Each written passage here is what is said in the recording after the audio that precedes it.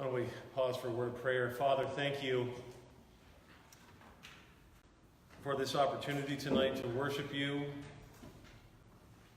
with great words and great music from the hands and the lips of great musicians. I pray now that as you bring your word to us tonight, that you would speak through my feeble and imperfect lips. Give us ears to hear and eyes to see what your Spirit says to us, we ask in Jesus' name. Amen. Well, welcome again. My name's Erick, and I'm the pastor here at Epiphany. We are in a series called, that we're looking at Ecclesiastes. We're just sort of taking chunks of the book and looking at the various themes that the author hits on. The author we are referring to simply as the preacher, because frankly it doesn't actually tell us his name in there. Many scholars have thought that it was Solomon, and there's some good reasons for that, but for our purposes we'll just call him the preacher. And what the preacher is talking about tonight is work. When I was 20 years old, I got my first adult-ish type job at UPS. I was working not in a truck, not actually, I wasn't piloting a plane, I know shockingly to you, but I was loading packages in a plane and in trucks, and I have to tell you, that's not nearly as glamorous. It is not. It was grueling. The work there was so hard. I remember my first night there, the packages were just coming down this conveyor belt so quickly, and I was trying to keep pace, and I couldn't keep pace, and it was getting backed up, and when it got backed up, I remember some of my workers looking at me like, oh, come on, new guy, like frustrated, and I thought I'm working as hard as I possibly can in this thing, and so they had to stop the conveyor belt to, make a scene for the new guy who couldn't keep up, and then, by the end of the shift, I remember just sitting there, drenched in sweat, dirty as all get out because the packages are pretty filthy. And I thought to myself, my first adult job, my first day, I think to myself, is this all there is to life? Is this what it is? Is this what it means to work? To earn a living? Well, 20 years later, I can tell you, after having worked in various kinds of vocations, I can tell you that the answer is a mix of yes and no. It's a mix of yes and no. No, it's not all there is to life. But yes, the sinking feeling about the hardness and challenge of work, even if you have your dream job, which for me is being a pastor, I can assure you there will always be days, there will always be times where you will think to yourself, is this really all there is? Is this all there is to life? And that's the problem that the preacher of Ecclesiastes is dealing with in our passage this evening. But his wrestlings go deeper than the frustrations of, me as a 20-year-old.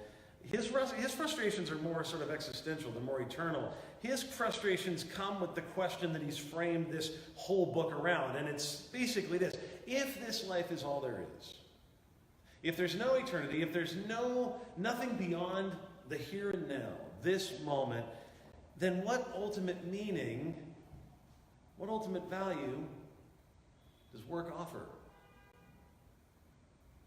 And in his musings, I think he brings up three overarching problems with our work, if this world is all there is, that I want to cover real briefly, and then we'll close by talking about the solution to the problem of work.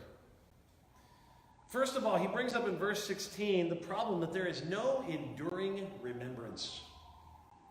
There's no enduring remembrance. He writes, this is how he says it: for of the wise as of the fool, there is no enduring remembrance, seeing that in the days to come all will have been long forgotten.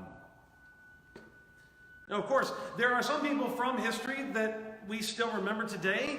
That's true. So this isn't a totally broad brush statement, or I should say it is a broad brush statement, but it's a general truism that even those who we do remember, which is a very, very, very small percentage of people in the world's history, that even what we know about them is very, very little. We don't know that much about them. Usually we know some aspect or some event of their life. Very, very few people get biographies written about their whole life. Very few people are George Washington. And so the author of Ecclesiastes looks around and he says, you know what? What's the point? At some point, they're going to forget what I did. It's not going to matter. If you don't believe me, consider Jerry Lawson. Now, if some of you are going, oh yeah, totally, I know Jerry Lawson. I'm not sure if I believe you.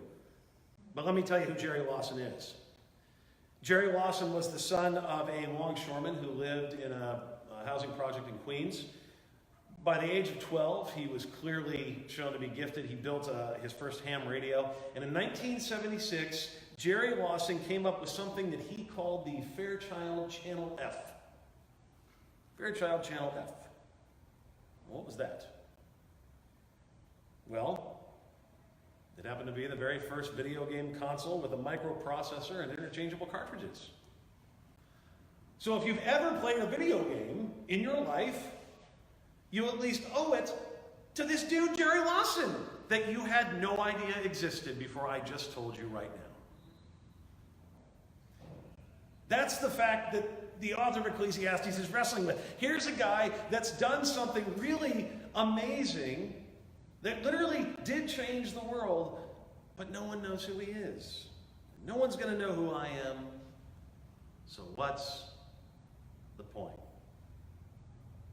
We're just a cog in the ever-evolving, progressing world. That's the first problem he has. We're not going to be remembered anyway, so what's the point? Second problem he brings up is work. Well, if there's no remembrance, there's also no enduring successor. So if I'm going to be forgotten, at least I would like to believe that the person who comes after me is going to continue my work, but in fact, that doesn't end up being the case. In fact, it ends up that things get changed and my legacy is ruined.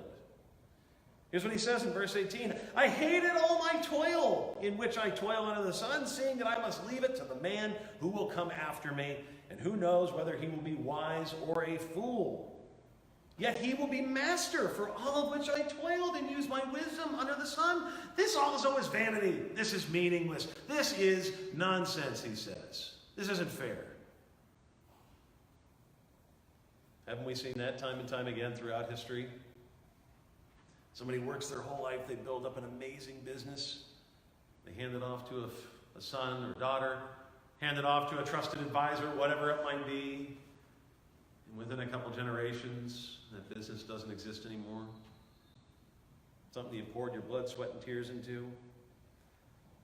According to Money Magazine, actually 70% of wealthy people lose their business or their fortune by the second generation, and the full 90% lose it by the third generation. For example, how many of you ever heard the name Vanderbilt? The last name Vanderbilt? Well, Cornelius Vanderbilt was worth $100 million back in 1877, which was, just a gigantic sum of money, making him one of the richest people that had ever lived in the history of the world.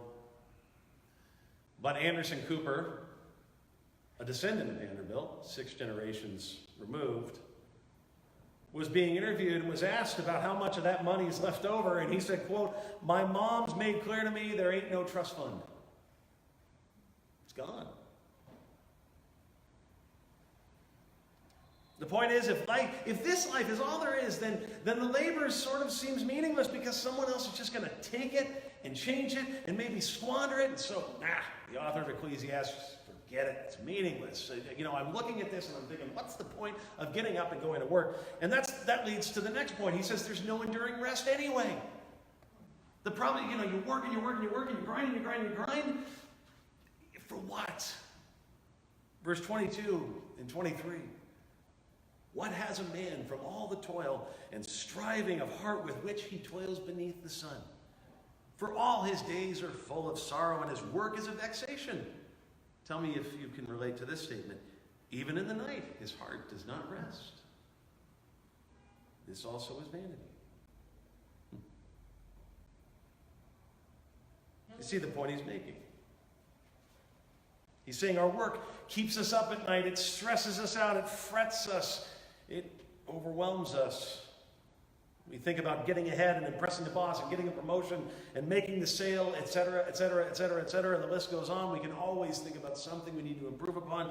But if that's all there is, if this is all there is, then why? Why allow yourself to go through that? That's his struggle. Indeed, it makes good sense to do what Peter Gibbons did. You know who Peter Gibbons is? He was the main character in a movie called Office Space. I love the movie. In the movie, he has a hypnosis accident, which sounds silly anyway. It's obviously a comedy. But he basically, because of this hypnosis accident, goes from being a worker bee that, is constantly fretting about work to being given this amazing ability to no longer care. So he sleeps in every day. He goes into work when he wants, or if he wants at all, he doesn't really care. He just does what he wants, and he seems to be the most relaxed guy. And the irony of it in the film is that he ends up getting promoted as a result of his great attitude, because he's not stressed like all the other people. And so it makes sense. Like, if this life is all there is, forget it. Why work so hard? Why fret over it? Just give up. Well, here's the problem. Can't do it. We're not programmed that way. We're just not. I mean, anthropologist David Graeber wrote a whole book about this. And he refers to it sort of as an epidemic of people feeling that they have meaningless jobs. And when people feel that they have meaningless jobs, that their work doesn't have meaning and significance, he says, well, frankly, it leads to all sorts of terrible symptoms.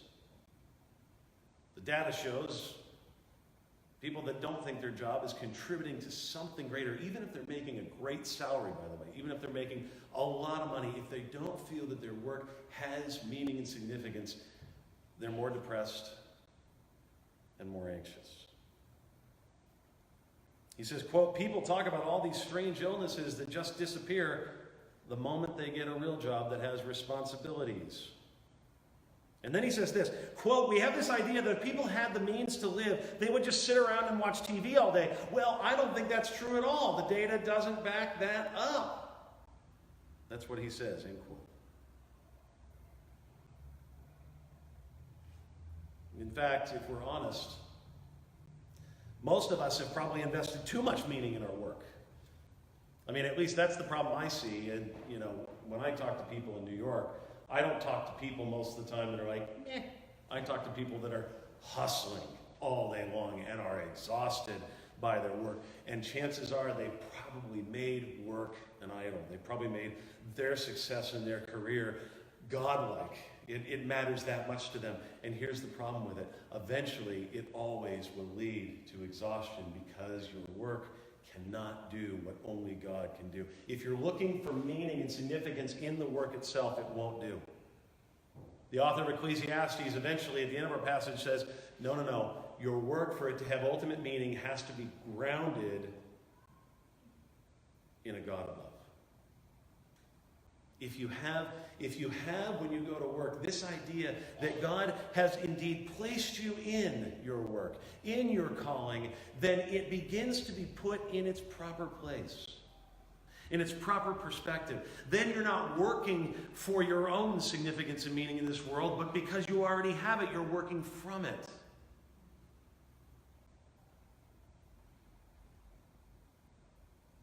This is the way the author puts it.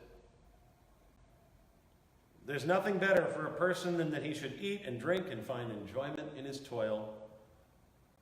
And then he slips out of his sort of caricature of being a guy that doesn't believe in God or being a guy that sees life as meaningless. And all of a sudden he says this, "This I saw is from the hand of God. For apart from him, who can eat or who can have enjoyment? For to the one who pleases him, God has given wisdom and knowledge and joy." At first, it sounds like a contradiction from what he's been saying about work being meaningless, but one thing has changed. God is brought into the picture. And all of a sudden, take pleasure in work. Eat, enjoy life. That's the key. So when you have times where you might be tempted to go, what's the point? I'm not going to be remembered anyway. Or when you have times where you go, what's the point? The guy who comes in after me is just going to mess it up. Or you have times in your life where you're so stressed and vexated over your work. It's important to remember that ultimately your work is a gift. It's a gift from his hand. And though it might be hard, ultimately he is working through you there. The other day I went with a friend of ours who's here tonight to Google. And I was so impressed by the whole environment there. I don't know how many of you have ever been to the Google workspace, but they had so much cool decor everywhere, and it was fun and diverse, and they had food, so much food. It was glorious. They had so much food, just for the taking for employees. They had nap pods where you could just hey, you know what, I'm tired, I'm gonna go night-night. And you just did. I was blown away by it. It was so relaxed there. And it reminded me as I was going through that about a story I read a little while back that about a company that does something similar, Netflix. Netflix, it turns out, has no official vacation policy, and they let their employees take as much time off as they want, whenever they want, as long as the job gets done. That's basically the stipulation. Steve Swayze, Netflix Vice President of Corporate Communication, explained the policy. Quote, rules and policies and regulations and stipulations are innovation killers. People do their best work when they're unencumbered. If you're spending a lot of time accounting for the time you're spending, that's time you're not innovating. And then the article poses the question, now what would you think would be the result of telling all these employees that they are free to take off on vacation anytime they want? Mass laziness? Constant struggles with people not wanting to do their job? Well, the opposite. Their policy, or lack thereof, has not resulted in the company, obviously, going out of business. But it has freed them from micromanaging bosses and fear, and they work even harder. So here's the point of application for you. When work is your meaning and significance, and God is not above that, then work feels like something eventually. It will always get here like what the author talks about here. Just start to go, what on earth is my motivation for doing this on any given day? No matter how much money you make, by the way, no matter how successful, you have to ultimately see it as being meaningful, and that only comes from having a God above. And if you have this God above who says, I don't judge you based on your work, I give you grace, I judge you based on the work of my son, your work is a gift, well then, you get to work hard for the sake of a much greater reason. For the sake of your neighbors, for fun, but not out of slavish fear that it becomes everything. That's the point that Ecclesiastes wants us to see, that the preacher wants us to get. That work apart from God, yes, eventually feels meaningless. But work under God feels incredibly meaningful. Let me pray. Father, thank you for the opportunity tonight to share your word. I pray that as we go from here, people that have been graced by you, that you would help us to put work in its proper context, so that we would not be enslaved by it, but we would be freed by your empowering of us through it. I ask this in Jesus' name. Amen.